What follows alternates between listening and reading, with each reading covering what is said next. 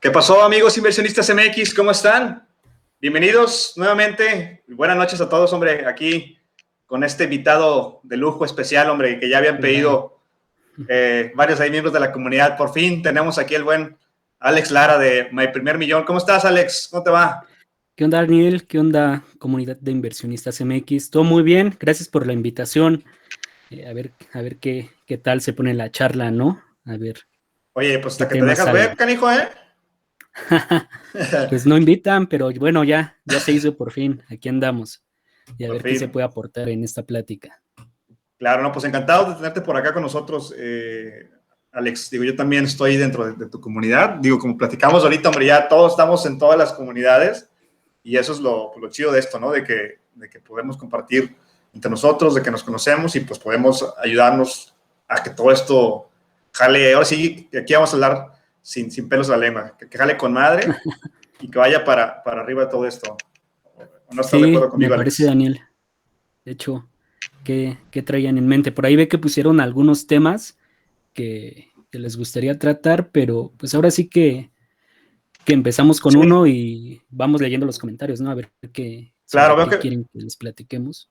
claro, aquí los tengo. De hecho, ahí sí, como dices, sí, algunos temas sugeridos de la comunidad, que aquí los vamos a estar peinando. Fueron 4 básicamente, 5 por ahí que apunté ya el último.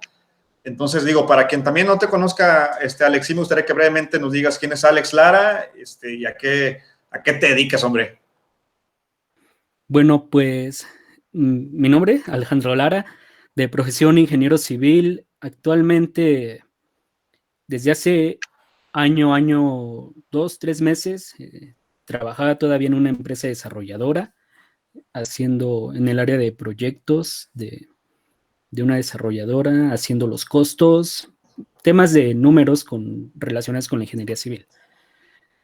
Y ahora, pasándonos al tema de inversiones, invierto desde hace, ¿qué será? Como 4 años, y realmente a mí lo que me trajo al tema de querer invertir fue que anteriormente yo quería emprender una desarrolladora o algo parecido, hasta que te Sí, topas, eso como universitario, o sea, que te topas con la realidad del mundo, de que no es tan simple como muchos, podemos decirlo, como muchos gurús te lo hacen ver, o como se cree que el emprender simplemente es pues lanzarte al ruedo sin dinero, sin conocimiento y que todo va a salir bien. Ya cuando te topas con eso, sí. dije, caray, pues no, O sea, no está como tan la falacia fácil, narrativa, ¿no? ¿no? Que le llaman la falacia narrativa, ¿no?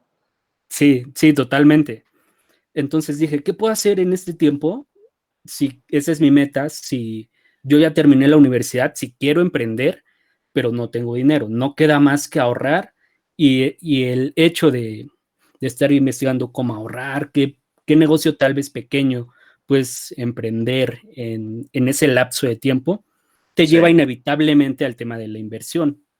Y así fue como desde hace 4 años, pues me apasionó este mundo, tanto que es, desde hace 2 años y medio escribo un blog relacionado con el tema y desde hace año y 2 o 3 meses tengo un canal todo bajo la marca My Primer Millón y donde simplemente voy compartiendo todo lo que he ido aprendiendo. Oye, ¿y por qué le pusiste My Primer Millón? ¿Por qué no Mi Primer Millón o por qué no otro nombre? ¿Cuál es? Digo, entiendo que hay un significado detrás muy profundo, ¿no? Pero, ¿cuál es? Sí, mira, en ese momento, y yo creo que nos pasa a muchos de nosotros, no entendemos realmente el potencial o hasta dónde puede llegar un proyecto. Simplemente hasta que se hace realidad, hasta que funciona, es cuando entonces de forma ya retrospectiva encontramos intentar armar el rompecabezas. Y fue bien sencillo. A, a mí me gusta esa canción de un grupo argentino que se llama Bacilos, que se Sí, llama así, Mi Primer Millón. Parte de la narrativa de la canción, había cosas con las que yo me identificaba, tales como que en ese momento de juventud, pues tú querías salir a algún lado y no había dinero. Decías, es que entonces para eso quiero emprender, para llegar a ese punto de la vida en el que el dinero no sea un problema sí. y que pueda dedicarme a lo que quiero. O sea, un tema totalmente aspiracional, romántico, si lo quieres ver así. El dominio Mi Primer Millón no estaba disponible. El dominio es como tu terrenito en el Claro. mundo de Internet tiene que estar tal cual como si fuera una casa, el número disponible, la calle y el número. Y Sí. eso es el dominio. Sería mi primermillón.com, no estaba disponible. Dije, ¿qué pasa si le cambio la Y? Ese sí estaba disponible. Y Sí, sí. simplemente así de fácil surgió My Primer Millón y empecé a escribir. Oye, que de hecho cuando te googlean My Primer Millón tal cual, la respuesta sugerida de Google es, ¿estás buscando mi primer millón? Sí, Y te pone a la canción o al YouTube del video de ese grupo, ¿no? O sea, y ya te pone, o deseas buscar My Primer Millón, y ya te manda a tu blog. sí, justamente. También el hecho de que tú estés compartiendo constantemente Sí, información del tema hace que en algún momento, y de hecho yo lo estoy buscando, que en algún momento si tú escribes mi primer millón, después de la rola, enseguida por las mismas palabras clave te aparezca el blog. Algo que en sí. algunas computadoras ya lo he hecho, ya lo he intentado y ya está apareciendo, pero pues en esa transición estamos. No, pues ya gánale a los de Basilo ya para que quedes en primer lugar, Sí, ya no hombre. les voy a dar views, ya no voy a poner la atención. Sí, imagínate todos los videos que le estás mandando para allá. Sí. Oye, pues qué chido que estés por acá, Alex. Digo, ya veo aquí varios obviamente que te conocen y le das platicar un poquito de algunos temas de interés común de la comunidad inversionista en general, ¿no? Entonces, bienvenidos amigos inversionistas MX y pues comenzamos con el primerito y vamos a hablar de la famosa y luego infame también libertad financiera. Y digo infame porque también hay quienes la malutilizan ese término para aprovecharse, pero aquí queremos platicar tú y yo, y obviamente con la comunidad, sobre la libertad financiera, ¿no? Que de ahí hay varios subtemas o subtítulos.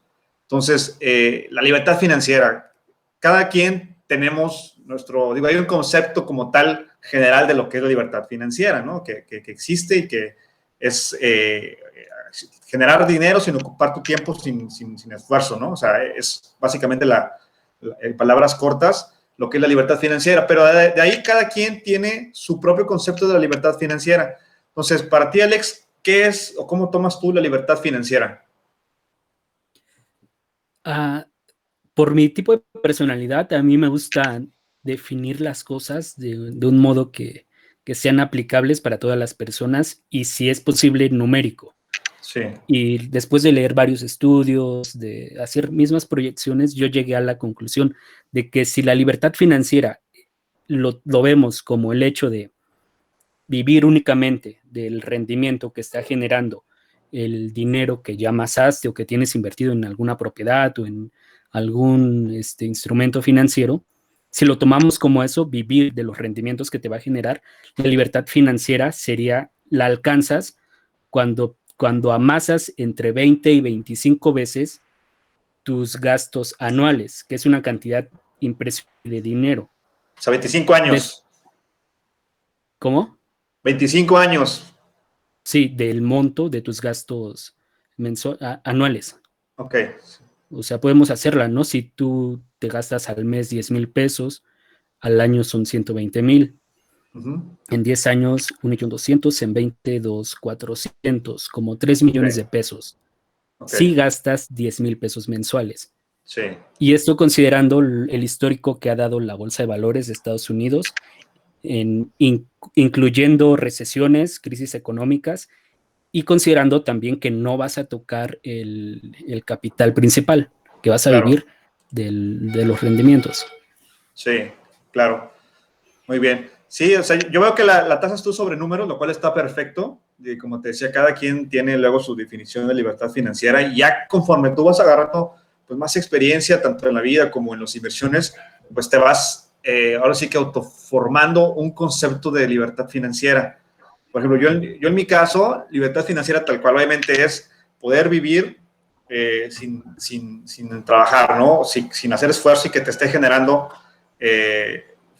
dinero, algún tipo de fuente de ingresos, ¿no? O sea, que te esté generando eso. En mi caso, yo lo veo también como sí que te esté generando dinero, pero si tú, digamos, estás trabajando en algo que te gusta, o sea, trabajando, tal cual, trabajando en algo que te gusta, o sea, que es tu pasión y que quieres dedicarte a eso, o sea, que te llene, que te guste y que lo quieres seguir haciendo y que junto con esa pequeña parte además tienes otros ingresos que te están generando dinero, también yo lo veo como una libertad financiera como más, quiero decir, o sea, como existencial. O sea, de que en tu vida eres libre de que tú estés haciendo lo que tú quieres hacer, ¿sí? Y que te está generando dinero y que no estés obligado de, puta, tengo que trabajar en este horario pues para poder generar la papa, ¿no? Para poder comer. Tengo que ir aquí, o sea, estoy privado de esto, ¿no? Sino que tú seas, como luego decimos, tu propio jefe, para que tú te sientas bien con lo que estás haciendo y estés generando dinero de eso. Eso para mí como que es la libertad financiera a nivel macro, ¿no? No sé qué piensas tú, Alex. Sí, bueno, por aquí estoy leyendo algunos comentarios. Primero también saludos a todos los que me están saludando, los estoy leyendo. Y es justamente algo como lo que dice Jaime, que es la regla del 4%. De hecho, uno de esos estudios, si lo queremos ver así, fue lo de los que leí. Pero también empato con lo que dices. Yo más bien definiría eso como libertad laboral. Sí. Que la libertad financiera quizás es un fin que podrías no alcanzar realmente. Y Uh-huh. no creo que sea una vida mal vivida, siempre y cuando tengas libertad laboral. Y yo creo que eso es Claro. más fácil de alcanzar que una libertad financiera, y que libertad laboral no necesariamente va a implicar que no trabajes o que no seas un empleado. Simplemente decidir a lo que le quieres destinar la mayor parte de tu tiempo y energía para estar Exacto. viviendo. Sí, sí, porque hemos visto también que como luego se mal emplea el tema de la libertad financiera y luego hay quienes lo usan, o empresas que lo usan como casi que un eslogan, consigue tu libertad financiera, ¿no? Invierte por acá.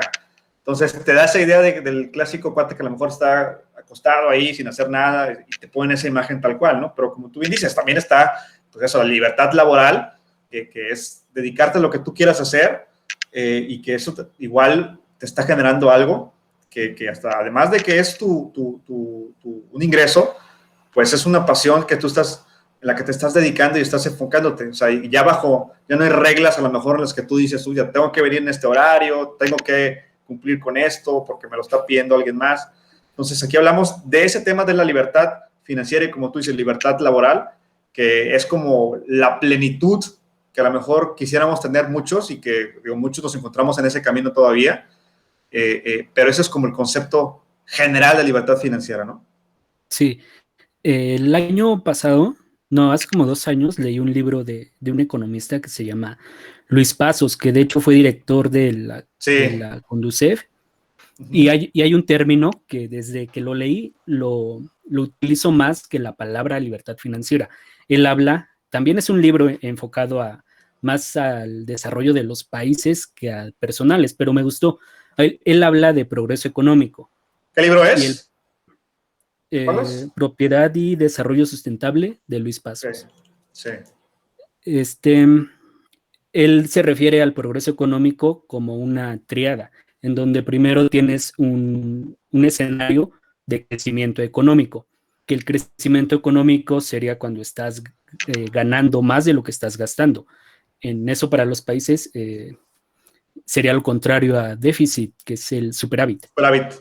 Ajá. Después del crecimiento económico viene un proceso de desarrollo económico que incluye innovación, que le meta, bueno, trasladándolo a personas, que estés consumiendo libros, cursos, diplomados, porque todo eso te lleva a optimizar tu tiempo, tus recursos, a invertir en bienes de capital, como por ejemplo, yo creo de las inversiones que hice el año pasado que más me redituaron bienes de capital fue una computadora, y no te das cuenta hasta que Sí. tienes una computadora rápida de todo el tiempo que puedes estar Uh-huh. perdiendo si se te empieza a cerrar el programa en una computadora lenta o ese tipo de cosas. Entonces viene el crecimiento que da origen al desarrollo, y luego viene la parte que él llama como de felicidad.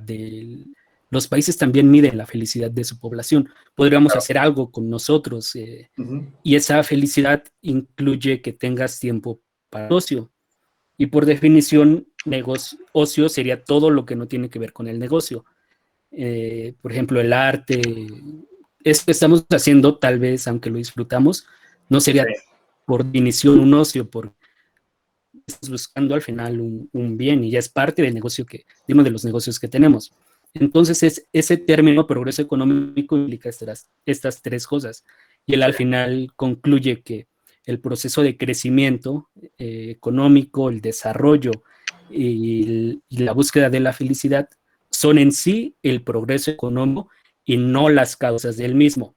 Entonces, si lo relacionamos con la libertad financiera, si tienes estas tres cosas, si ya tienes desarrollo, si ya tienes crecimiento, si estás buscando tu desarrollo personal, y si eso te lleva a tener tiempo para tus ocios, quizás eso es la libertad financiera en sí y no sí, y no la causa que te va a llevar a ella.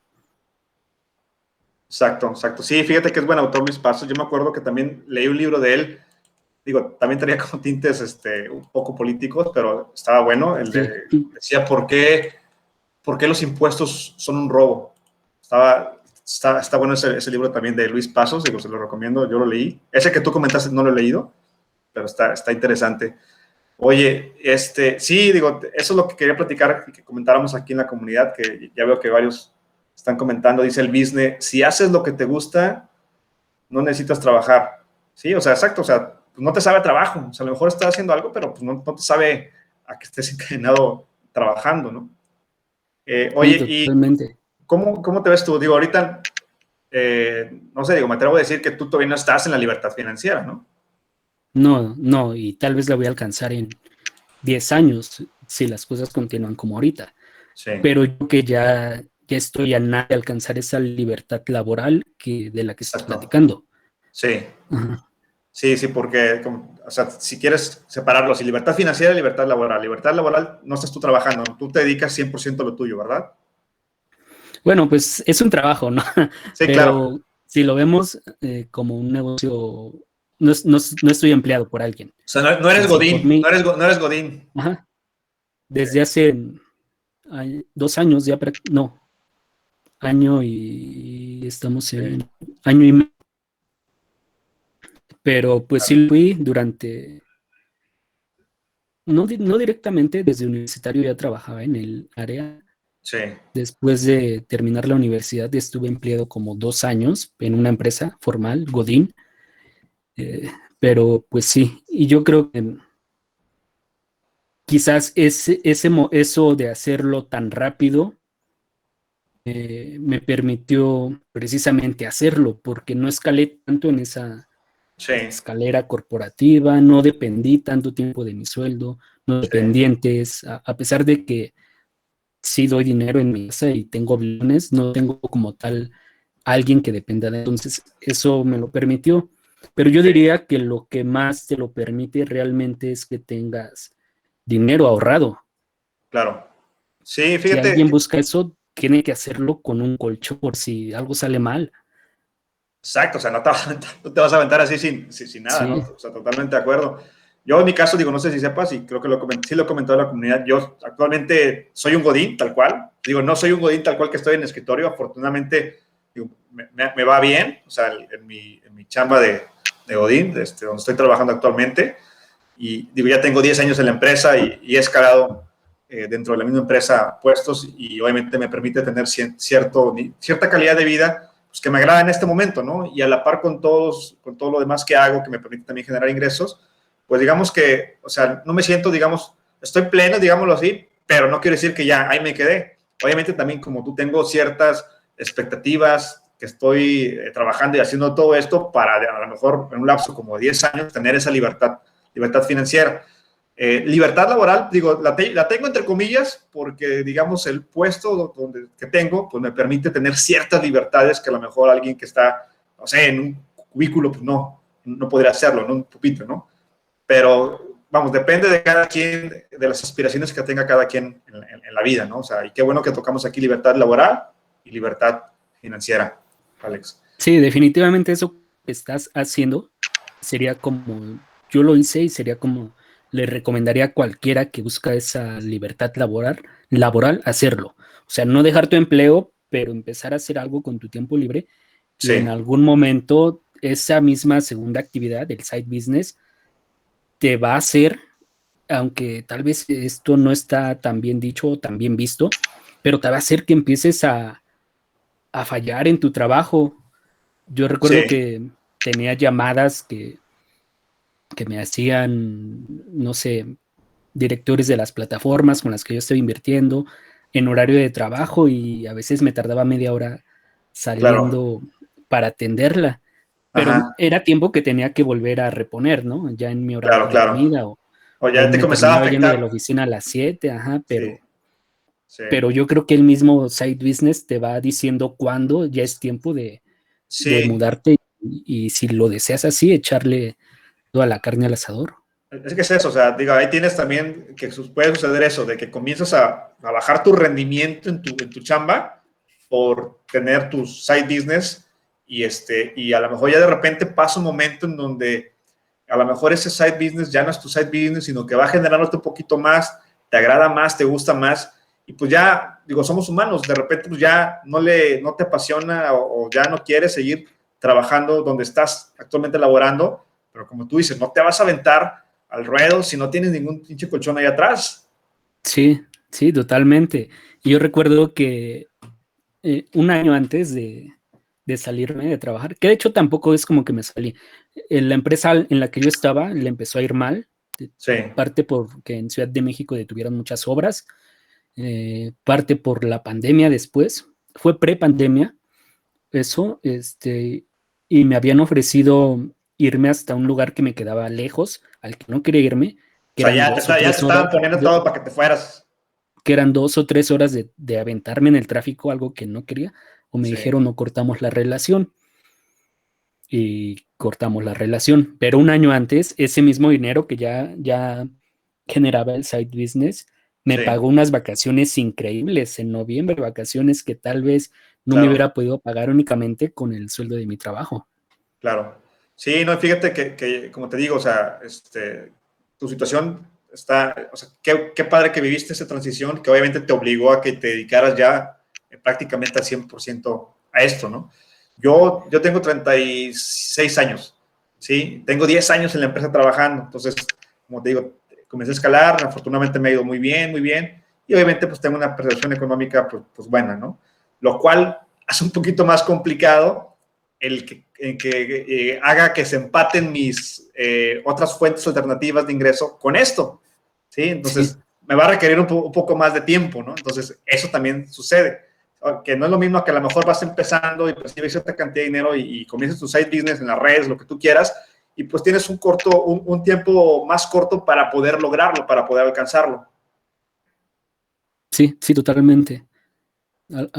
Así como lo planteaste. Sí, Pero pues ese dinero que te está dejando ahorita, bueno, en mi caso, pues lo invertías, ¿no? Y es un excedente que tu claro. sueldo no te hubiera dado para invertirlo si no tuvieras esa otra fuente de ingreso. Exacto, mira, este es el siguiente tema. Antes dice Gonzalo Godínez, dice, Dani, eres Godín como yo, Gonzalo Godínez. Casi todos aquí somos Godínez, más que tú eres doble, ¿no? Supongo, de apellido y de chamba. Saludos, Gonzalo. Saludos, saludos a todos. Oye, y el siguiente tema, múltiples fuentes de ingreso, que ahí lo estamos tocando aquí, mi querido Alex. A ver, múltiples fuentes de ingreso también. O sea, aquí estamos tocando ya las frases que son muy trilladas y que luego a mí me enoja cuando las veo en las pinches plataformas esas luego chafas que te dicen que genera múltiples fuentes de ingreso, ¿no? Pero ya te metes a ver y es la misma cantaleta, ¿no? O sea, está muy desvirtuado ese concepto. Entonces, ¿qué te parece si aquí tratamos de aterrizarlo un poquito? O sea, con tu experiencia, con lo que tú has hecho, hablemos de múltiples fuentes de ingresos. O sea, ¿cómo comenzar a generarlas? ¿Dónde empezar, Alex, desde tu punto de vista? ¿Se puede? ¿Y dónde hacerlo? ¿Dónde comenzar? Sí, bueno, para empezar es un tema complicado y no podría hacerlo generalista porque esas generalidades eliminan las particularidades de cada persona. Pero Sí, yo creo que sí hay conceptos que podríamos platicar y entonces como que darle la idea general a cada persona. va. Hace poquito, bueno, desde hace unos meses he empezado a leer mucho sobre algo que se llama convergencia de campos, que sería lo contrario a especializarte completamente en un área, que por ejemplo hagas maestría, doctorado. Convergencia de campos sería que aprendas otra habilidad que va a requerir esa primer fuente de ingresos que piensas crear, que no es algo nuevo, sería en temas digitales. Ok, Muchas de las habilidades que he leído en un blog que sigo mucho, que nos decía que las habilidades mejor pagadas del siglo pasado fueron las tecnológicas, que lo siguen siendo, pero que las habilidades de este nuevo siglo mejor pagadas van a ser aquellas habilidades blandas como el storytelling. Entonces, mmm, mira, justo estoy viendo aquí, ahorita en la pantalla, tengo un libro que compré para regalárselo a mi sobrina, que ella es pequeñita, sí, que es como de niños. Y yo creo que podríamos poner el ejemplo también porque mi hermana estudia pedagogía. Entonces, supongamos que una pedagoga tiene esa área, pero tiene que adquirir otra habilidad que la haga llegar a la convergencia de campos. Tal vez se me ocurre que es muy buena hablando inglés o ok, como está con sí, sí, ilustraciones, y ahí se unen dos habilidades que pueden llevarla a hacer un ok, libro de niños aprovechando un mercado como el Amazon, como el KDP de sí, Amazon, que te permite publicar un libro sin que tengas sí, sí, una sí. editorial y que O te sea, permite ya te competir capté, o sea, igual. ya te capté, o sea, que es donde convergen diferentes disciplinas enfocadas hacia un fin. Ajá, pero de una habilidad que probablemente ya tienes. Sí, Simplemente hay que agregarle otra habilidad blanda, como en este caso, pues tal vez dibujar, o en otro caso, si, como te dije, si eres muy bueno en inglés, tal vez haces un libro para enseñarle a los niños a aprender inglés. Y ahí entonces tienes que ver cuáles son las herramientas disponibles gratuitas o muy baratas que te pueden ayudar a hacerlo, como en este caso KDP de Amazon.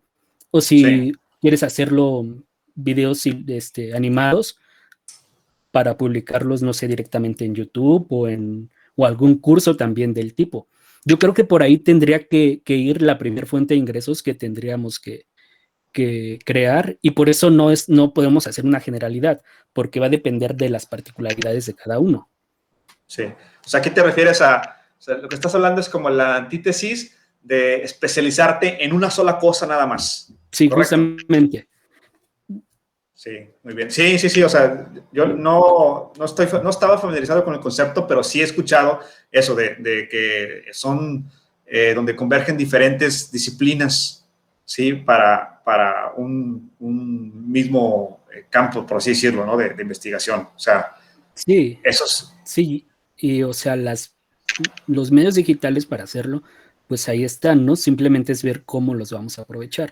Está YouTube, Facebook, un blog, el KDP, el comercio electrónico, como Sí, lo que hizo Héctor Sosa, ¿no? Que lo logró así, que tal vez también es una buena opción, pero ahí sí yo te diría que requieres un capital inicial, que sí. probablemente Pero, muchas personas no van a oye, tener. y fíjate, o sea, yo hasta hace 2 años, yo pues, tenía una chamba. O sea, tenía la chamba y decía, oye, pues nada más, o sea, y escuchaba fuentes alternativas de ingreso, ¿no? Te preguntabas, pues, ¿cómo? O sea, ¿cómo lo haces? O sea, pues, ¿cómo lo hago para tener otra fuente alternativa de ingreso? Y escuchaba que luego, no, que es fácil, la fregada. Pero hoy en día, por ejemplo, yo tengo, son cinco fuentes alternativas de ingresos, o sea, que tengo actualmente, ¿no? Y te digo sinceramente, yo comencé a darme cuenta de ellas ya cuando dije, ah, cara, yo tengo 3 fuentes que me están generando dinero. O sea, no comencé sobre la base de que, a ver, voy a generar una fuente alternativa de ingreso, aparte de mi chamba, órale, vamos a hacer esto. O sea, se dio de esa manera tal cual te lo estoy comentando, ¿eh? O sea, no me enfoqué en esa parte, Sí, el tema de la comunidad, todo eso, YouTube, las inversiones, todo ese tipo de cuestiones que me generan un ingreso. Digo, otras sí ya comencé a enfocarme y me estoy enfocando en generar otras que ya siento con la capacidad de poder hacerlas. Pero digo, en mi experiencia sí sucedió. O sea, yo estaba trabajando, no me imaginaba cómo generar fuentes alternativas de ingreso y hoy en día tengo seis fuentes alternativas de ingreso, ¿no? Que es mi chamba, pues, las inversiones, las asesorías, enlaces de referidos, locales en renta, o sea, cosas así que te van generando, ¿no? O sea, y fíjate ahí, eso hace que te despierte más ese, pues sí, potencial para buscar qué más puedes generar con lo que ya sabes hacer y obviamente siguiéndote con la educación. En tu caso, no sé si las tengas ya listas, ¿cuántas fuentes alternativas de ingreso tienes hoy en día, Alex? mm, tal vez grandes, bueno, no grandes, o sea, las que considero como tal, sería lo que ya me genera el canal de YouTube, Las inversiones tal vez no las consideraría una fuente de ingreso porque realmente no le saco nada. Ujú. De hecho, ese dinero no sé en este momento para qué lo ocuparía. No tiene un fin. Simplemente Sí. sé que es para el largo plazo y tal vez va a ser para, no sé, adquirir un inmueble, para heredarlo, no lo sé. O sea, lo ves como un ingreso pasivo. En este momento no, te digo, no tengo como un fin todavía para las Sí. inversiones. Simplemente sé que son una red ahorita que si todo se cayera, yo puedo llegar y liquidar todas las inversiones que tengo con plusvalía y probablemente mantenerme sin ingresos durante un año, año y medio. Sí. Entonces son más bien como una red protectora, no tanto una fuente de ingresos. Está lo de las comisiones, ahorita inicié también me inicié en el e-commerce, pero todavía no llega a ser una fuente de ingresos. Por ahí Sí. tengo algunas cuestiones atoradas, entonces, pero en algún momento, tal vez en este mismo año, tal vez se convierta en una fuente interesante. Eh, Y es que eso deja bastante, o sea, digo, yo todavía, yo la verdad no lo he hecho, pero no, no es algo que me guste como tal de hoy en día, pero por lo que escuchas dentro de la comunidad y gente que se dedica a eso, es una fuente de ingreso que cuando la explotas, revientas, explotas totalmente y generas una fuerte cantidad de ingresos a través de ella. sí, y aquí viene lo siguiente, que, o sea, cada una de ellas, aunque la estamos simplificando, y yo creo que parte de esa simplificación no contempla, más bien no contempla nada de lo complejo que puede llegar a ser. Es muy difícil crear más de una en un año. Sí, Yo le he dedicado un año completo a crear cada una de ellas y entonces en este momento tengo quizás cuatro, que la última la podríamos considerar también, pero pues realmente requieren tiempo para que tú sí, mismo, que tal vez no sabes nada del tema, encuentras también ese proceso como de automatizarlo todo, sí. que no le dediques ya tanto tiempo, que tenga gente que te ayuda. Por ejemplo, en el canal de YouTube ya tengo desde hace 3 meses mi Sí, hermano menor, que bueno, no afortunadamente por el tema de la pandemia, está sí. tomando clases desde casa y no estamos tan lejos y puede ayudarme con la parte de edición. Ah, muy bien, sí. No, y fíjate, o sea, yo acá en mi caso, yo sí, tú a lo mejor en lo que tú viviste, como dices, te tocó desarrollar una fuente alternativa cada año, ¿no? Yo en mi caso, por ejemplo, cuando salió el tema, comencé a invertir, que luego creé la comunidad y luego con los enlaces de referidos, o sea, como que el año pasado se dio todo eso más fuerte de esa manera, o sea, y ya ahí va caminando solito, o sea, y se sigue generando pues, cierta cantidad pues, de dinero pues, que me representa un ingreso. Sí, las inversiones, como tú dices, a lo mejor sí inversiones que tienes ahí, pues que a lo mejor no las haces líquidas, pues ahí las tienes todavía. Ya, si tú decides hacerlas líquidas ahorita, pues depende si tienes ganancia o pérdida, pero si tienes ganancia, como en mi caso, en la bolsa, podrías tener ahí un colchón de dinero para poder vivir tranquilamente, a lo mejor unos meses, un año si quieres, ¿no? Y eso yo no lo tenía hace 2 años. Hace 2 años nada más era mi chamba y hasta ahí, y mis ahorros, por así decirlo, ¿no? Sí, es el círculo virtuoso de todo este tema que una vez que inicias y empieza a pasar lo natural, que pase el tiempo, te vuelves mejor porque estás iterando el proceso y también tus inversiones inevitablemente, a pesar de caídas y lo que me digas, van a tener plusvalía si elegiste Sí, pues empresas que te hagan sentido o simplemente el S&P. claro, sí, sí, sí, o Después de sea, un año ya prácticamente tienes todo verdecito, ya no hay números rojos en tu portafolio. oye, ¿y tú también eres del pensamiento como yo de que todos los mexicanos deberíamos de tener, o de no nacer, digo, pero de tener inversiones en el S&P? La mayoría sí, sí, definitivamente. De hecho, hasta algunos planes de retiro de Estados Unidos se invierten en él. Entonces, sí, totalmente. Yo creo más bien que el hecho de que se esté generando tanta información alrededor de ese tipo de temas hace que muchos sientan la curiosidad de ver más allá, ¿no? De cómo se elige una acción individual. Yo no soy fan del análisis técnico, pero sé lo divertido que puede llegar a Sí. ser al ¿No te gusta el inicio análisis cuando... técnico? No, ¿Te gusta pero más el sé, fundamental? pero sí, pero sé lo divertido que puede llegar a ser cuando lo Sí, conoces y empiezas a ver las grafiquitas, porque es algo como más práctico, ¿no? sí, Pero poniéndolo en contexto, eso yo lo hacía cuando, estaba trabajando. Entonces quizás tenía mi tiempo de empleo y en momentos de ocio o que realmente no tenía trabajo, pues yo abría el TradingView y me ponía ahí a ver las gráficas o llegaba, de hecho yo tomé el curso de opciones financieras con Aprende Invirtiendo el de y Julio. recuerdo que teníamos revisión de mercado todos los días a las 8 a.m. Yo entraba a 8:30 a mi trabajo. Sí, Entonces, parte de ese trabajo me iba viendo la apertura de mercado y llegaba a mi trabajo y le dedicaba otra media hora a chutarme toda la apertura. En ese tiempo hacía sentido que le destinara ese tiempo a aprender, pero ahorita que ya tengo otras actividades, tal vez ese costo de oportunidad del tiempo ya no lo sí, vale tanto. Y por eso opté después de eso por una inversión mucho más pasiva a la que le tenga que dedicar una vez al mes, pero que me permita ese tiempo adicional ocuparlo en otro tipo de cosas. Y entonces, más bien hay que saber en qué etapa estás tú, sí, a qué sí vale dedicarle tiempo ahorita y a qué no. claro.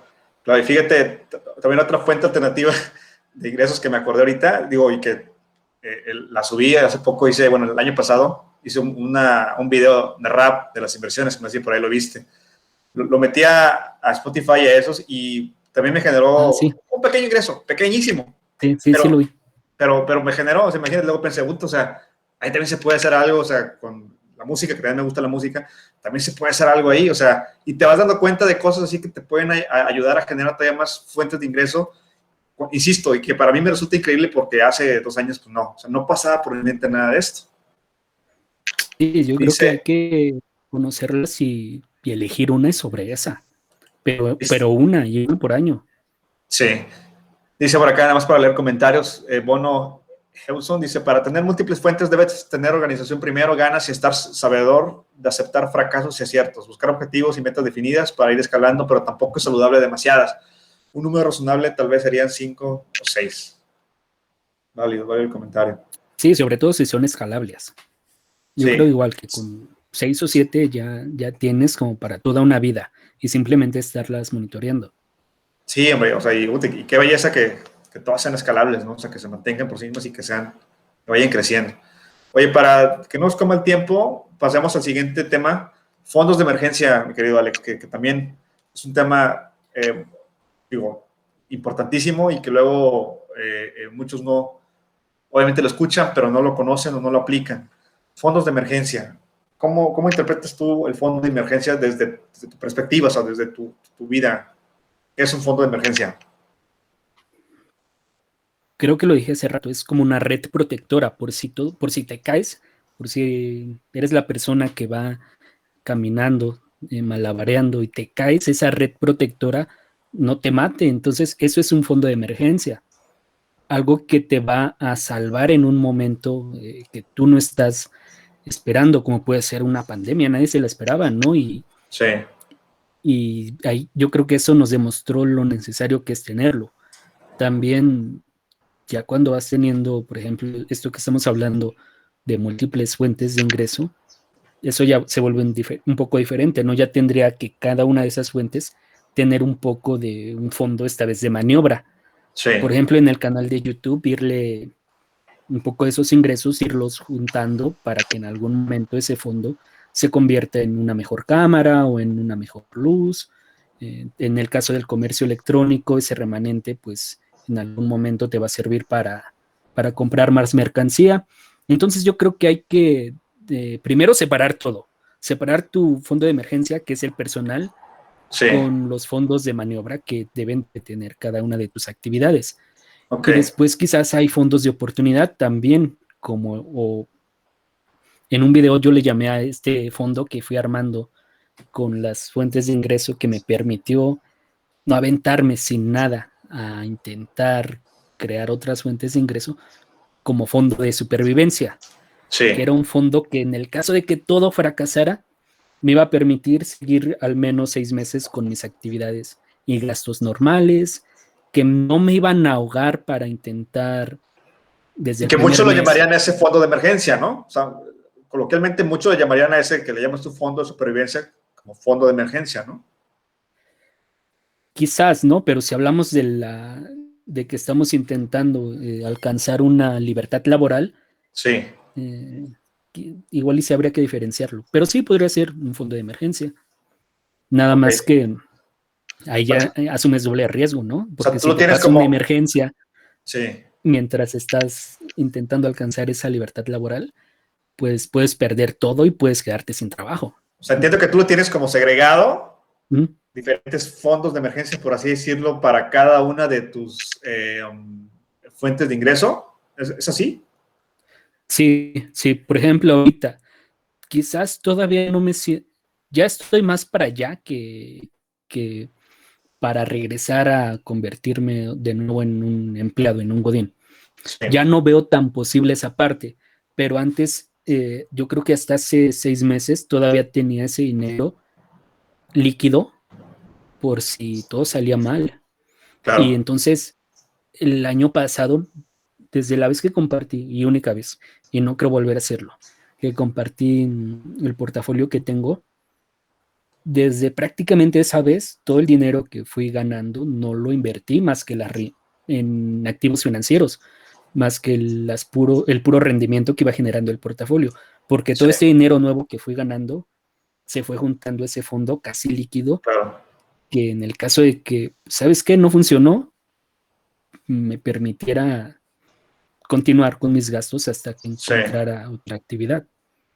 Fíjate que yo lo manejo más simple, Alex. Digo, como sabemos, se dice que el fondo de emergencia es el dinero que tengas guardado, bueno, no guardado, sino sí, en un banco o en CETES o en un instrumento de liquidez que te permita tener entre 3 y 6 meses de tus gastos fijos, ¿no? O sea, que la renta, que la comida, toda esa cuestión. Entonces, yo actualmente así lo manejo, de esa manera más simple, no lo tengo así segregado, lo manejo de esa manera, o sea, tengo mi fondo de emergencia en ciertos instrumentos de bajísimo riesgo, de liquidez inmediata, que me permita a lo mejor, si pasa, como tú dices, el peor escenario de que te corren o pasa algo, que se cayó la fábrica, lo que tú quieras y ya no tienes nada, pues a lo mejor tengo ese colchón de 6 meses para poder para poder vivir como vivo ahorita, sí, tranquilamente, o sea, esos 6 meses, ¿no? O sea, así es como lo manejo ahorita en mi vida, ¿no? ¿Y qué instrumentos uso? Que estoy seguro que muchos por aquí los usan.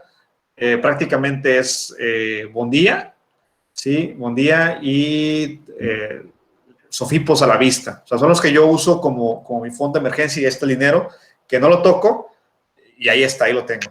No sé tú en qué plataformas tengas, bajo ese contexto de que lo tienes segregado así, cómo tienes o dónde tienes colocado tus fondos de emergencia, Alex. El más grande está en supertasas, es como la Sofipo que en la primera que invertí y con la que me he quedado, porque es la más sólida. Sí, Una parte está en me ese. acuerdo. Recientemente, para otra de las fuentes de ingreso, abrí cuenta en Hey Banco, entonces ahí no tuvo caso como que mandarlo a otro lado. Ese mismo dinero, el remanente, está en la cuenta de ahorro de ahí. Y también estoy ocupando, ahorita no le veo mucho sentido cambiarme, aunque quizás ya debería, la de financiera sustentable, porque ya bajó hasta el Sí, 2.2, me parece. Pero como es sí, sí dinero que bajó. casi, que si no se ocupa, lo vuelvo a simplemente a contemplar el siguiente mes, quizás no me preocupa tanto, pero si fuera un solo fondo, tal vez yo lo tendría en supertasas. Sí, yo uso, fíjate, por aquí está preguntando Cristóbal Navarro qué sofipos a la vista utilizamos. Yo uso también Supertasa, digo, concuerdo contigo de que también es la más sólida. Y fíjate que es la menos, ¿cómo diré? Mediática, por así decirlo, comparado a otras, digo, Finsus y Cubo y otras que también son buenas, pero Supertasa yo la tengo como, ahí tengo parte de mi fondo de emergencia y en Bondía, o sea, prácticamente, bueno, y en mi cuenta tarjeta de débito, ahí que tengo bien poquito, que es para mis gastos diarios, ¿no? Pero esos son como, es Supertasas y Bondía, es donde tengo yo mi fondo de emergencia, básicamente ahí es donde está. Sí, sí, muy buenas opciones. Dice Mayu Arriaga Palacios, Supertasas se me está volviendo vicio. Fíjate, es que Supertasas creo que se ha posicionado muy bien dentro de la comunidad, pues porque por la aplicación. O sea, bueno, el rendimiento que trae ahorita, que prácticamente es el más alto, creo yo, de las OFIPOS, digo, compite con Cubo, que está en 10.2, pero andan igual, 10%. Sí, al año. La aplicación que tiene Supertasas, su solidez, como dijiste ahorita, o sea, su nivel de capitalización que se ha mantenido, o sea, sus estados financieros, toda esa cuestión, pues nos da la tranquilidad de que Supertasas sigue siendo buena opción. Que de hecho, te invito, Alex, en 2 semanas van a estar aquí con nosotros los Supertasas, va a estar aquí con nosotros el CEO de Supertasas platicando con nosotros. Te invito a la comunidad de una vez. Pero si es buena opción para tu fondo de emergencia, sí. Yo recomendaría cualquiera de esas. Sí, totalmente. Igual yo la llegué a usar porque no sé si todavía te lo permita. En el momento fui la única alternativa que encontré que te permitía, no lo recomiendo, no es recomendación, pero que te permitía depositar efectivo en Cajero Santander. Ajá, no sabía, no sé. Ese era otro como plus, porque de repente... Oye, pero ¿por qué no lo recomiendas? Que hacía, ¿Por qué no lo recomiendas? Bueno, depende de los montos, pero pues sí. En algún momento te podrían SAT, señor SAT. Ok, por los depósitos en efectivo. Sí, es que es como una cuenta de banco, está tu nombre sí. y si le empiezas a meter constantemente efectivo, en algún momento te podrían decir, oye, ¿qué onda? ¿De dónde está saliendo? Claro. Oye, no, y fíjate, haciendo un paréntesis, porque veo aquí que dicen que Finsus ya no conviene, digo, es subjetivo, ¿no? O sea, sí bajó y si lo comparas contra Supertasas otros, pues sí está bajo, ¿no?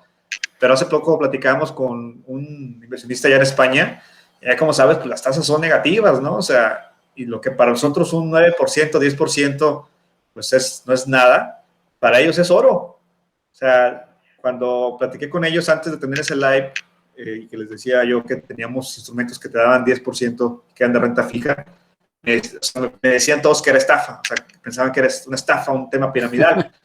Pero digo, también hay que ver dónde estamos nosotros y pensar un poquito de que pues no estamos tan mal en ese sentido, hablando de instrumentos que nos puedan permitir tener un fondo de emergencia disponible, ¿no? Sí, aún y restando la inflación, seguimos teniendo tasa real positiva. Lo Exacto. que si haces con España ya no pasaría, ¿no? Con países de Europa. Sí, allá no incentivan el ahorro, la inversión, es lo que nos comentaba el inversionista de por allá. Oye, bueno, de fondos de emergencia, portafolios de inversión, no lo hemos tocado, ¿verdad? Portafolios de inversión, ¿no, verdad? No, bueno, es el otro tema, portafolios de inversión, Alex. A ver, todo el mundo, por ser el hecho de ser inversionistas, creo yo, tenemos un portafolio de inversión. Muchos a lo mejor invierten, pero no tienen un portafolio estructurado. Entonces, hablar de portafolios de inversión, ¿cómo armarlos? ¿Qué consejos le darías tú a quien a lo mejor, pues, digo, tienes en Excel anotado el portafolio de inversión, pero cómo estructurar un portafolio de inversión? ¿Cómo debe estar compuesto? Hablando de riesgos, de rendimientos y de plazos, ¿cómo desde tu punto de vista y en tu experiencia, cómo debería estar constituido un portafolio de inversión? Si nos referimos a un portafolio de largo plazo, dependiendo de tu filosofía de inversión, completamente. Y yo creo que las dos filosofías de bolsa se pueden aplicar para todo lo demás. O eres fundamental o eres técnico. Fundamental como, por ejemplo, si quieres invertir en una SOFIPO, inviertes en la más sólida para no estarla constantemente revisando. Si eres más técnico, que estás como más metido en la computadora y checando constantemente las inversiones, quizás te vas a una SOFIPO tipo esta que está, de la que me han salido muchos anuncios, Genera Más, creo que es, que tiene pésimos números, pero que te da como el 12%, creo que de rendimiento. Entonces, lo primero sería como que definir tu meta financiera. Ahorita estoy definiendo el portafolio como ese compañero de vida que te va a acompañar, que te va, pues sí, acompañar de aquí hasta tu vejez. Pero estoy dejando fuera inversiones de corto y mediano plazo, que si las metemos al mismo portafolio, entonces lo primero que hay que hacer es definir cada meta financiera. Sí. y empezar a ver a cuál le vamos a dar prioridad. A las de corto plazo, mediano plazo, largo plazo. Pero entonces ya, si descartamos el corto y mediano plazo y nos enfocamos en el portafolio de largo plazo, ese compañero de vida, en este momento yo, pensando en ese largo plazo, tengo que será como el 70% en bolsa de valores. Y mi filosofía de inversión es fundamental Sí. pasiva, semipasiva, porque de repente entro una vez al mes a ver qué tan caras o baratas están las empresas que me interesan. Pero sería Oye, lo principal, que definas tu meta financiera y tu filosofía de inversión. ¿Qué a ver, quieres para ti? para aterrizarlo un poquito, ¿a qué te refieres tú con meta financiera, Alex? Primero tendríamos que definirla, ¿no? Sería mejor por plazos. Menos de un año, menos de 2 años, corto plazo. De dos Ok, a 5 años, mediano plazo. Más de 5 años, largo plazo. Entonces ya cualquier meta financiera que entre en cada uno de esos rubros, ok, la vas a empezar a va. proyectar. Probablemente la mayoría de nosotros no vamos a poder comprar una casa en un plazo de 2 a 5 años. Quizás nos vamos a tardar más de 5 años. Entonces mandas esa casa para tus metas de largo plazo. Sí, ok. Sí, o sea, yo también, fíjate, yo como lo estructuro un portafolio de inversión es, sí, definitivamente tienes que, de entrada, conocer tu perfil de inversionista, ¿no? Si eres conservador, moderado y arriesgado, ¿no? Y ahora, ¿qué tanto de picor o de sabor le quieres meter, o de riesgo, por así decirlo, a tu portafolio, ¿no? Porque obviamente, digo, yo soy de la creencia de que si tienes un portafolio 80% conservador, pues no estás invirtiendo, o sea, sería como estar ahorrando prácticamente. Entonces, sí tiene que tener algo de riesgo, independientemente de que tú seas un inversionista moderado o conservador, pero ese riesgo debe estar, digamos yo, controlado, por así decirlo, ¿no? O sea, controlado en el sentido de que, por ejemplo, la bolsa, que es de renta variable, ahí el riesgo está en que, digo, si tú inviertes más por así aventarte sin conocer o sin hacer análisis técnico, análisis fundamental, pues hay un riesgo gigantesco. Entonces, ahí hay que prepararte para que si tú por ti mismo quieres invertir en la bolsa y que parte de tu portafolio esté concentrado en la bolsa, pues tienes que prepararte para que te dé un rendimiento mayor al que te daría pues las plataformas de Sofipo, de renta fija, bancos, fintech y todo eso, ¿no? Entonces, sí creo que todo inversionista debemos de considerar incluir un porcentaje de riesgo, de inversiones de riesgo, o sea, inclusive de startups, dentro del portafolio, ¿no? Esa es mi creencia, para que busquemos maximizar el rendimiento, Alex. Sí, y hay de riesgos a riesgos, ¿no? O sea, aunque sea renta variable, no es lo mismo invertir en una acción de Microsoft, que incluso yo lo consideraría una stock defensiva, a Sí, invertir en NIO, que sí, yo no invierto en ella por mi perfil, porque es claro. demasiado volátil para mí.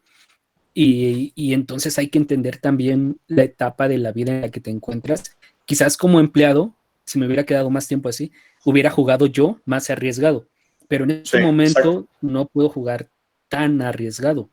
Y yo sí veo entonces a tu portafolio, quizás lo podríamos ver así, como un partido. Y en el fútbol americano hay una frase que dice, las defensas ganan partidos, pero las ofensivas llenan estadios.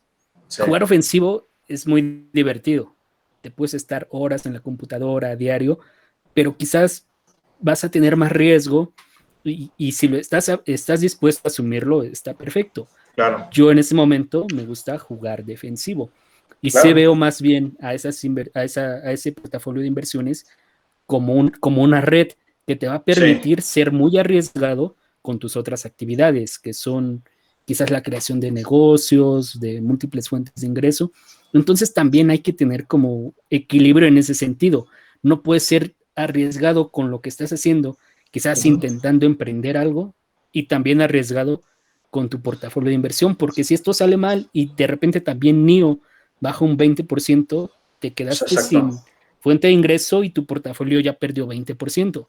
Sí, Entonces hay que mantener también ese equilibrio y decidir, conocer en qué etapa de la vida estás y en base a eso saber cómo quieres jugar, si defensivo u ofensivo. Sí, o sea, tú eres muy adverso a las especulativas como NIO, como Tesla en su momento, Sí, GameStop sí, lo también, hemos intentado. GameStop que No, puede. imagínate. Fíjate, digo, no No, sé si mejor de supiste esto está mejor, está más divertido ver ese tipo ver de desde booms. acá. Fíjate y Totalmente. aprender de ellos. Digo, yo sí metí al de GameStop, pero antes de que sucediera y lo compartí en la comunidad, digo, yo sí me metí porque la tenía considerada en mi portafolio como, no como una de alto riesgo, o sea, no como una volátil, sino que pues, a mí me gustan los videojuegos, estudié GameStop, sabía que iba a estar afectada por la pandemia, pero luego vi los deals que hizo con Microsoft y todo eso que venía y decidí apostarle una pequeña parte del portafolio y luego compré más en enero. Y luego se vino todo eso y ya pasó de ser a lo mejor una acción, una emisora que a lo mejor pues, yo la veía como con cierto potencial normal, por así decirlo, pero se vio manchada por todo este tema del pump que sucedió.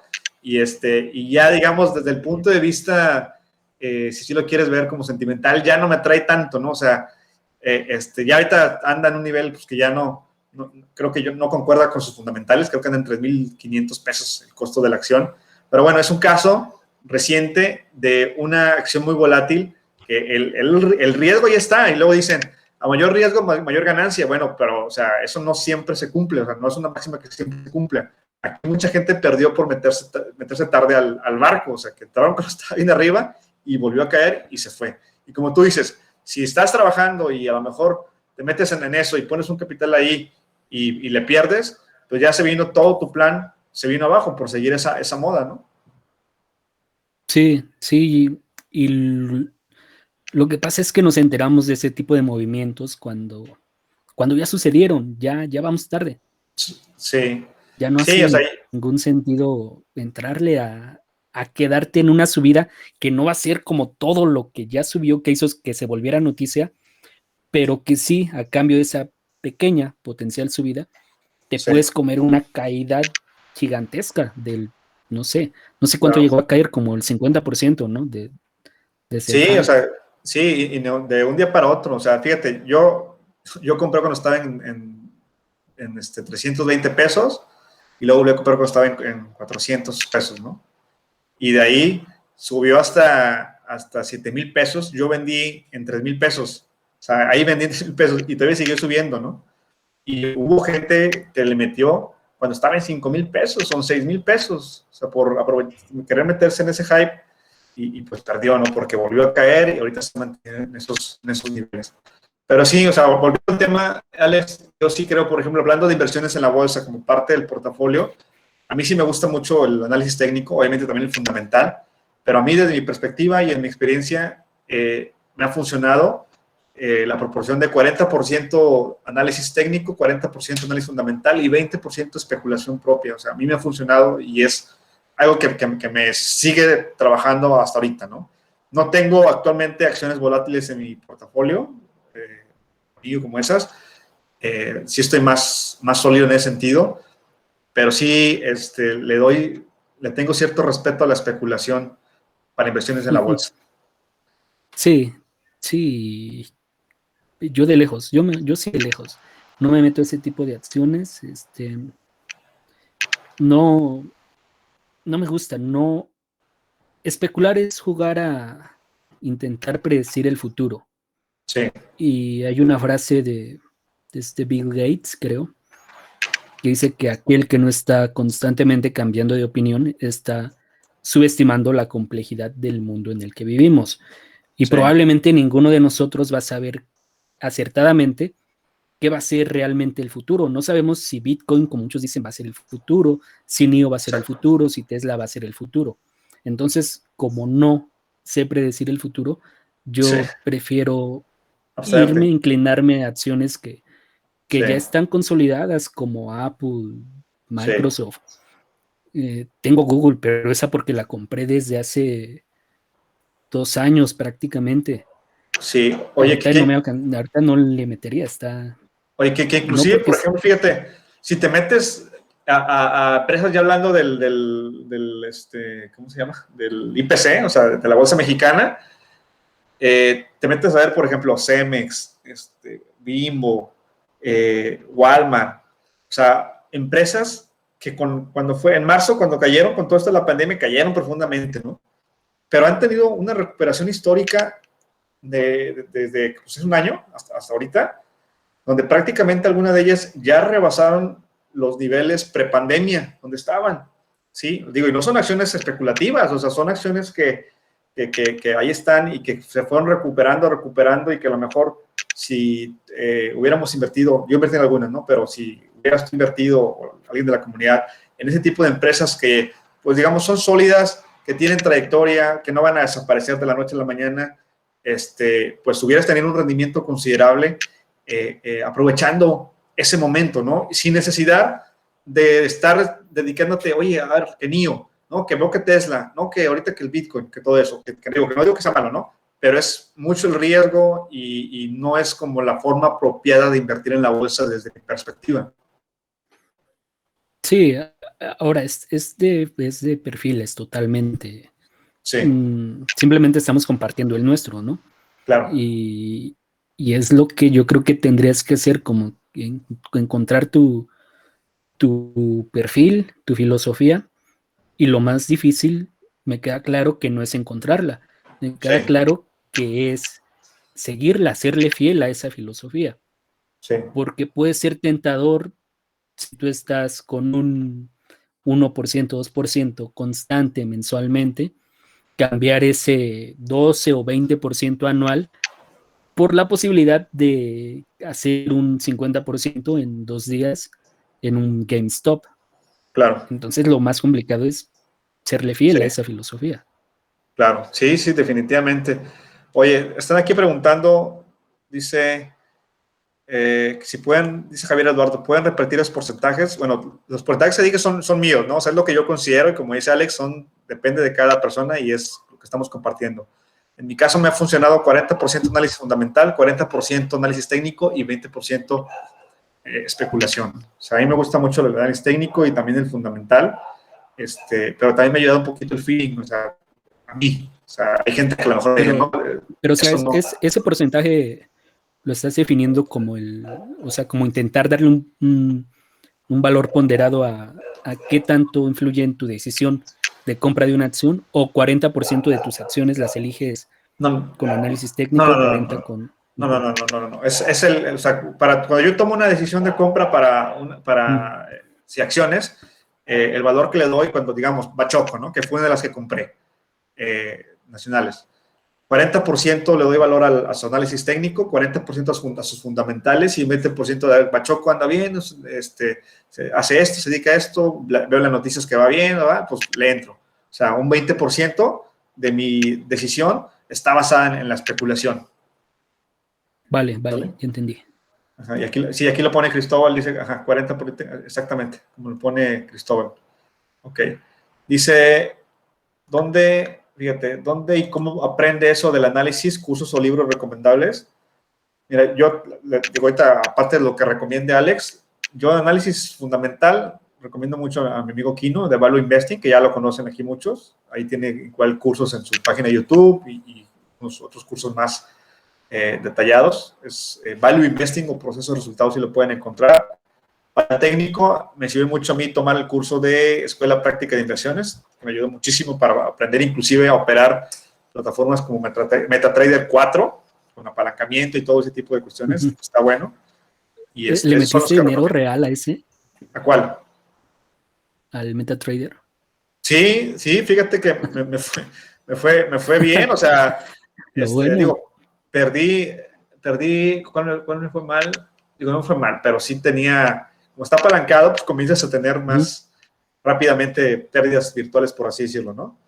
Con el petróleo, cuando se cayó, ahí sí, digo, tenía unos todos, pero ahí luego recuperé cuando volví a invertir con apalancamiento, pero ese es un poquito más de riesgo porque está apalancado y digo, no está aquí como regulado en México todavía, ¿no? O Sí, sea, no está regulado. no, tiene regulación en Irlanda, si mal no recuerdo, pero aquí en México no está regulado y es un poco más de riesgo. Pero, insisto, lo que me ayudó de eso fue el análisis técnico que me lo apliqué y lo aplico actualmente para mis inversiones en la bolsa. Por acá, Gonzalo Godínez Mora dice, mi porcentaje de especulación es 10% máximo. Bien, Sí. muy bien. Para Ok, análisis fundamental, yo creo que para tener las bases, yo tomaría un curso de esos que se llaman contaduría para no contadores, que es más bien que te los enseñan cuando intentas crear una empresa, que te sí, dicen cómo leer los estados financieros, cómo crearlos, porque sabiendo eso ya vas a entender los de una empresa grandota, porque son lo mismo. Y de plano, y de paso te puede servir por si quieres, no sé, intentar crear alguno. Yo tomaría uno de esos. Contaduría para no contadores. Así lo promocionan en muchas universidades. Yo creo que el colegio de contadores incluso debe tener por ahí un curso parecido. ok. Y básicamente el análisis fundamental se basa en estudiar esos tres estados financieros básicos.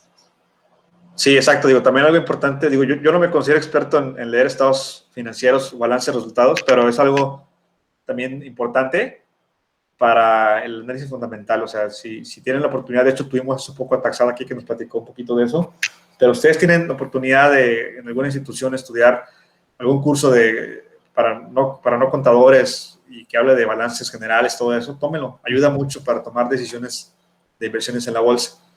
Oye, nos pregunta Rosalía Bello que si hacemos las inversiones mediante una sociedad de inversión como Monex u otra. Bueno, en mi caso no, yo las hago directamente.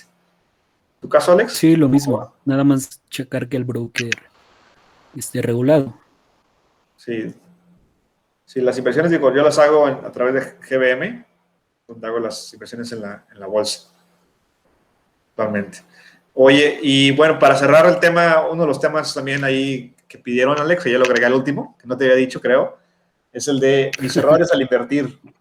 ¿Dónde la has cagado, Alex? En tus inversiones. La primerita en Bitcoin. Me tocó esa caída del 2017, enero 2017, pero pues también me tocó parte de la subida. Sí, Y, y yo creo que lo tienes que hacer para entender realmente qué tipo de inversionista eres. sí, Yo desde ahí descubrí que soy una persona a la que la volatilidad le duele en el estómago. sí, Y desde ahí me sirvió para, ¿sabes qué? No quiero nada sumamente volátil, quiero hacer mi plan pensando en el largo plazo, más constancia que de repente un pico en la gráfica que quizás no fue debido a tus fundamentales, fue claro. suerte o fue especulación, algo como lo de GameStop, que no depende de ti. Ujú. Esa yo creo que fue la más grande, porque en ese entonces tenía ahí en Bitcoin y tenía todo. Tenía como los ahorros de los primeros Vale, ¿me le metiste todos los huevos a la canasta o qué? 4 o 5 meses que había estado ahorrando de mi primer trabajo, así ya como ingeniero a mando de alguien, que eran como 3,000 pesos al mes que le metía, entre 3,000 y 4,000, entonces eran como 12,000 o 15,000 pesos que tenía ahí. O sea, ¿le metiste todos los huevos a la canasta o qué? Sí, no, y fíjate, yo creo que esa es la otra, que mi intención era, viendo el pasado, ya había estudiado opciones financieras ahí, y Sí, dije, no tengo dinero para invertir en bolsa de valores, en ese entonces con un broker americano, pero pues checando la gráfica de Bitcoin ya tiene una caída como del 40% en ese entonces y dije, ajá. si vuelve a llegar hasta el otro máximo histórico, Me hago prácticamente millonario. estás, ajá, no tanto así, pero estás duplicando, triplicando tu dinero. Y mi Sí, intención en ese entonces como universitario, no, como Godín recién egresado, era, quiero comprarme un auto y no claro. me alcanza en este momento. Entonces, ¿qué hago? Le meto todos mis ahorros, se los voy metiendo a Bitcoin y si hace un por dos o por tres, me compro un Sí, auto de unos 120,000 o 130,000. claro. Ese tal cual era el pensamiento que yo tenía. Ajá. Sí, sí, sí, sí. No, digo, o sea, es válido porque todo el mundo pasamos por eso y aprendemos de eso. A mí me pasó con el uso, el ETF del petróleo. Digo, puse un stop loss, pero también yo pensé, o sea, también, a lo mejor un poquito irracional de mi parte, haber pensado en que, o no haber pensado que no iba a caer tanto, o sea, que el petróleo, imagínate, ¿quién se hubiera imaginado que el petróleo iba a valer menos que cero? O sea, que literal las empresas iban a pagar porque te llevaras el petróleo para almacenarlo en otro lugar. O sea, eso me pasó, a pesar de que puse en stop loss y tuve pérdidas ahí, y pues me sirvió para aprender, uno, no fomearme, como se dice coloquialmente, o sea, no subirme al tren así, pues porque escuchas todo eso, y no tomar una decisión sin fundamentos, o sea, mi pensamiento fue algo así como en tu caso del carro, ¿no? O sea, yo pensé, pues, el petróleo pues se tiene que recuperar, hombre, pues el petróleo nos mueve, o sea, va a subir y hace casi 8 años estuvo en $100 el barril, pues va a subir, ¿no? Y crash, o sea, lo que pasó en abril pasado, hace un año precisamente, pues me trajo pérdidas, ¿no? Pero lo económico ahí perdí, pero gané ese aprendizaje, o sea, de que no me vuelve a pasar, digo, al menos así de esa manera donde meterme porque veo que se comenta mucho y hay una oportunidad y me meto ahí sin antes revisar bien las condiciones, eso definitivamente no me va a volver a pasar.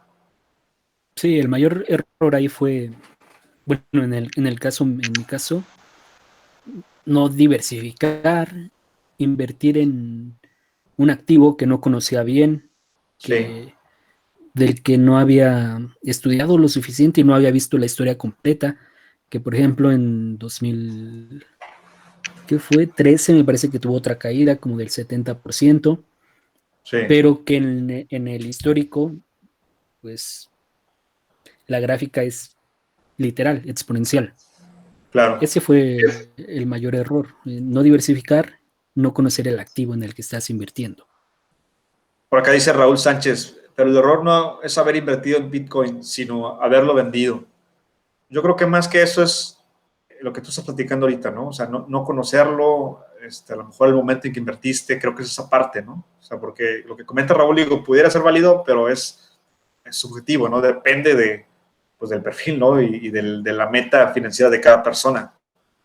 No, y depende de qué tanto confías en ese activo. O sea, yo tengo una parte en Bitcoin, ya no tengo el 100% de mis ahorros como ahorita, Sí, pero no le estoy apostando mi sueño de libertad financiera a ese activo, que sí, no sé realmente qué va a pasar con él, que puede ser prohibido en muchos países, que no tiene respaldo alguno, y un montón de cosas.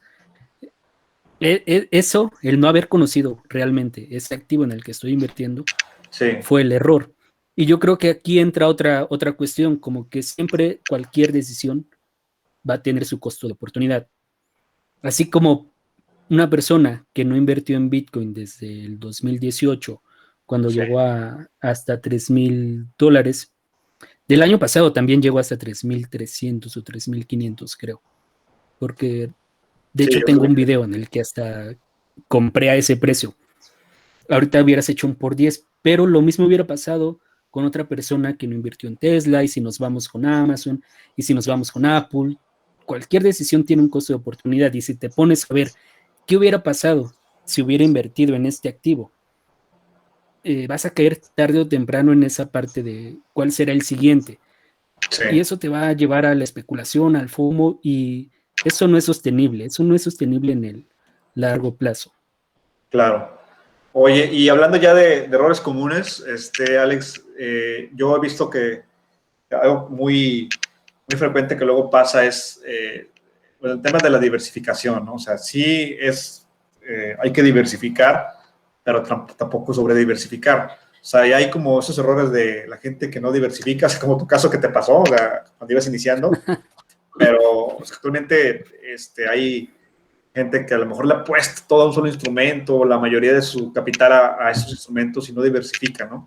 Y está el caso extremo donde luego sobrediversifican y se pulveriza el rendimiento, ¿no? Entonces es un balance también ahí que hay que considerar para no caer en ese error de estar sobrediversificado y estar nada más en un solo instrumento o dos instrumentos y apostarle todo tu capital a eso, ¿no? Es como un error tan común que yo que veo.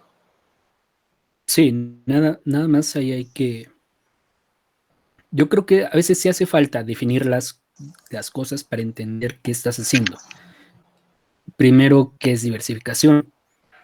Y hace poquito igual, cuando salió este ETF Ingenious 21, hice un video de, a ver, ¿hasta qué momento hace sentido, hablando de bolsa de valores, Sí, diversificarte en empresas o mirar un ETF? Y el número de empresas en el que todavía hace sentido, de acuerdo a un estudio que por ahí les puse, tener en un portafolio es entre 10 y 30, idealmente 15. Y sí, les ponía, por ejemplo, muchos grandes inversionistas tienen entre el 90-95% de su capital en 15 empresas, intentando ganarle al mercado. A partir de 20 empresas, empiezas a suceder eso que dices, empiezas a pulverizar el riesgo. sí, Y entonces ya no hace tanto sentido dedicarle el tiempo a elegir individualmente más de 20 empresas cuando tienes un ETF y quizás te van a dar el mismo resultado. Yo creo que eso sería, hablando de bolsa de valores, el concepto de diversificación y sobre diversificación. Si tú quieres invertir individualmente en acciones, 15 es un buen número, estás diversificado. sí, Tienes que checar que estés en al menos 4 sectores, que más del 30% de, del total de tu capital no esté en un solo sector. Temas de esos, que mucho de eso viene en el libro de Intelligent Investor de Ben Graham. Oye, pero esos Son 15 de los empresas, esas 15 empresas que dices, ¿cómo lo sacaste? O sea, o es cuestión hay un propia estudio o la que leíste. no, no, no recuerdo el nombre exacto del estudio. Ok, Si quieren, se los comparto ahorita terminando la charla en algún comentario, si no, también en ese video dejé la fuente. Es un estudio que hicieron un matemático, que hicieron dos inversionistas, en donde checan el impacto del rendimiento de cada una de las empresas y cómo a partir del 20 ese rendimiento muy alto, como por ejemplo el 100% que te pudiera dar una de ellas, en el total de las 20 se convierte a creo me que era pega. un 4% adicional. Sí, Entonces tuviste un 100%, pero ujú, dado que tienes 20 empresas, en el sí, ponderado sí, únicamente se convirtió en 4%. Si todas las demás hicieron lo mismo, que en sí, ese ejemplo lo puse un 14%. Entonces, por ahí va, más o menos, ok, de que si tienes más de 20, aunque alguna te haga un 100%, los, los rendimientos de las demás se empiezan a segregar, armar, sí, te a empiezas a armar, acercar más. sí, Pasan dos cosas. Reduces el riesgo de tener un rendimiento negativo. O sea, probablemente tu rendimiento en ese escenario ya no va a ser cero. Pero lo siguiente que pasa es que también te empiezas a acercar demasiado al rendimiento que te da el mercado.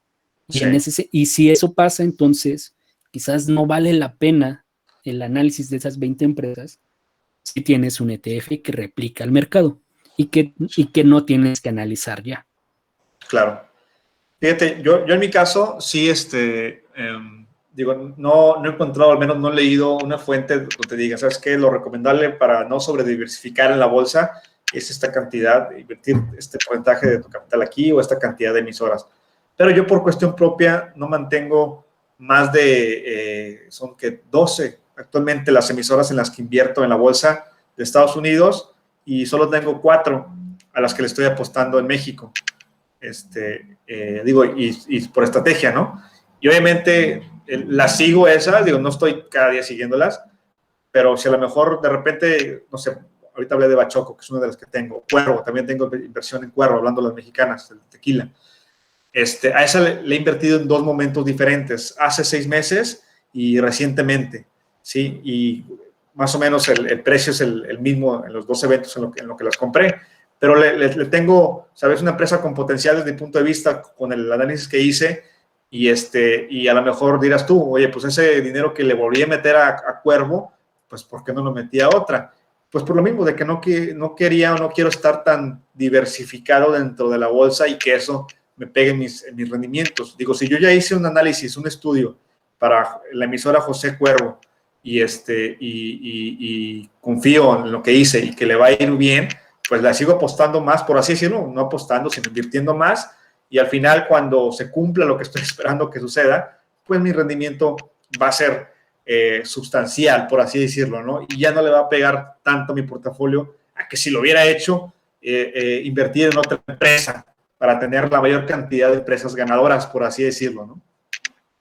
Sí, y volvemos a lo mismo, no es demasiado tiempo el que tendrías que invertirle simplemente para estarlas checando, monitoreando. Sí, exacto, exacto. Sí, Bien, si déjame. tienes, ya cuesta. Sí, sí, sí, así es, así es. Déjame leer unos comentarios ya para finalizar, mi querido Alex. Dice Gonzalo Godínez Mora, ¿recomiendan usar un broker gringo como Fish Trade para ahorrarse la comisión del broker mexicano? Yo no uso broker gringo, fíjate. ¿Tú, Alex, usas algún broker gringo? ¿Qué sugieres?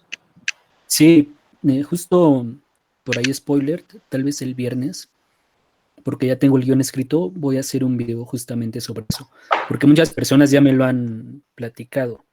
First Trade es un broker cero comisiones, Sí, pero el costo de la transferencia internacional, el regresar el dinero a México, la comisión que te cobran de conversión, porque nada más acepta depósitos en dólares, la conversión de pesos a dólares, y se me está escapando otra comisión. No. Y el precio al que te puede llegar a tomar el dólar, el banco con el que estás haciendo la conversión, hacen que, aunque no son comisiones directamente, si no envías más de $2,000 en una transferencia, quizás no hace tanto sentido abrir cuenta con un broker americano como First Trade, que es cero comisiones. Interactive Brokers tiene más comisiones, pero te permite hacer transferencia por SPAY.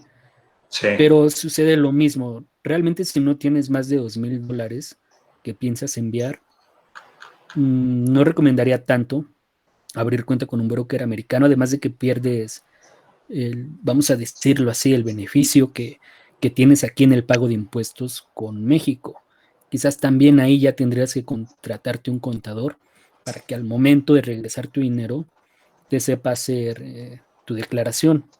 Y también te obliga, como esas constancias no te van a servir aquí para el SAT, las que te da el broker, eso te va a obligar a ti a que lleves un control mensual exacto de a qué tipo de cambio te lo están dando, qué emisoras compras ese día, la plusvalía más el tipo de cambio. Todo eso habría que considerarlo si realmente queremos hacer las cosas, mm, como dice el libro, by the book, eh, para estar tranquilos con el SAT y que las comisiones no nos coman esa transferencia.